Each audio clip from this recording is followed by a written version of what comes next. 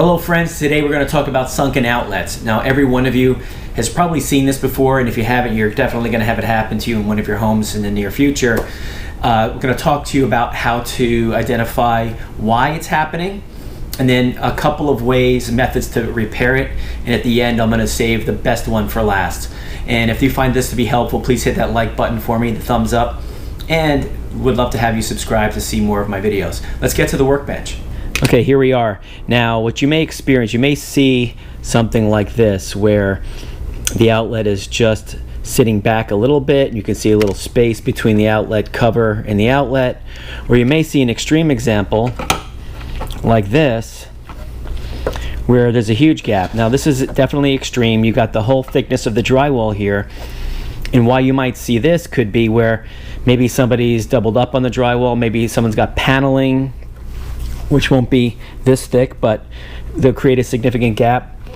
Tile is a big one. Backsplash tile in the kitchens. Oftentimes people put backsplash later, and the box used to be even, or still is even, with the drywall, but then when you add the mortar and the tile, now you're padded out and the outlet is sunken in like this. Okay, so I'm going to show you a couple of methods, and I'll tell you which ones I prefer and which ones I don't prefer. The first one is going to be something I'm going to show you in the picture here. I don't have these because I don't use them. These little things here can be stacked. You pull them off and you put them right behind here, so that way you build it up, and then your screw goes right through here, right through those pads, and right into the spot in your electrical box where the thing would get fastened to. Now that'll work. It'll definitely work, and it'll definitely raise it up. What I don't like about it is that it's a little narrow when it comes to stability, and the other part I don't like about it is you still have all this space here. I do not like, now this one I cut it wide just as an example here, and I probably cut it a little bit too wide, but this thing is not able to sit on the drywall because the hole's cut too big, and that happens all the time. You have nothing for these tabs to grab. Now you've got these space here. Imagine this space going into your wall.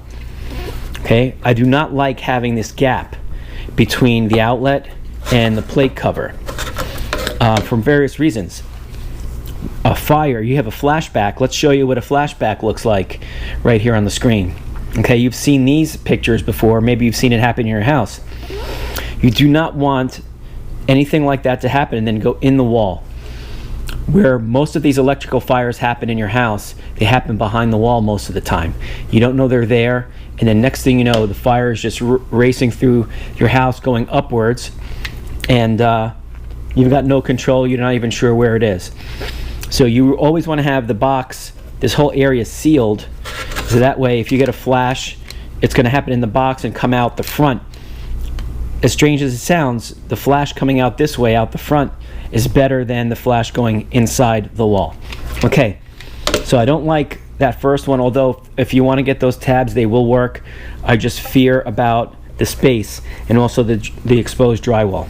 The next thing you can get are these wall plate spacers. They will extend this and take up the gap, so that way you have something to mount it to. Okay, I like these better than the first option because they're more stable. You still have the same issue with the gap inside there. A flashback or a flame, let's say you're melting your caps, you catch a little fire in there, it can go up into the wall. But this is more stable than the first option, so this would be my second option. You see right here, there you go, right? So this is a second option.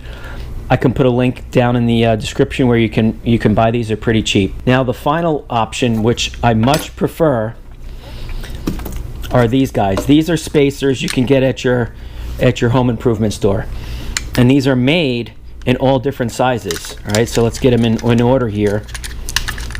Okay, and this one actually came with much longer screws too. So you would measure the gap that you have, and you buy the appropriate one. And I think, you know, it might be this one here.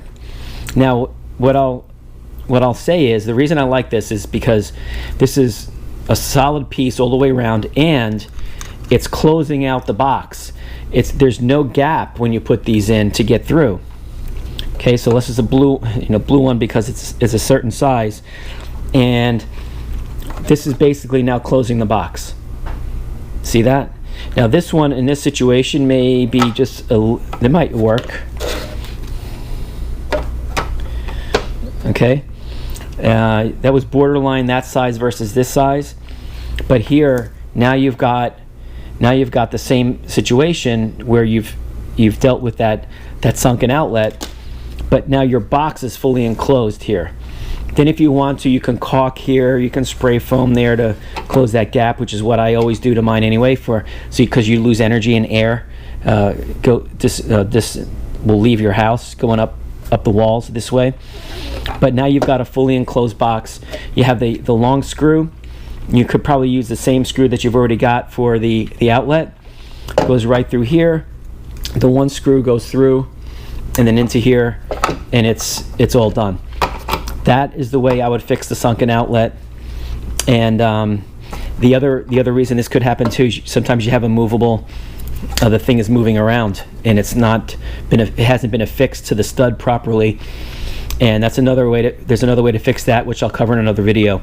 But these are the best way, in my opinion. These spacers here, again, available at your home improvement store. They're called Receptacle extenders, and that's the way I would do it. And I think that an electrical inspector would prefer these as well. So that was quick and to the point. Please hit that like button if you found this to be helpful, and I would appreciate it if you want to join the family and subscribe to the channel. Got so many hundreds of home improvement videos already, and more to come that I've got planned over the next 6 months. I cannot find enough time to film them all every day. I hope you have a great day, everyone, and we'll see you next time.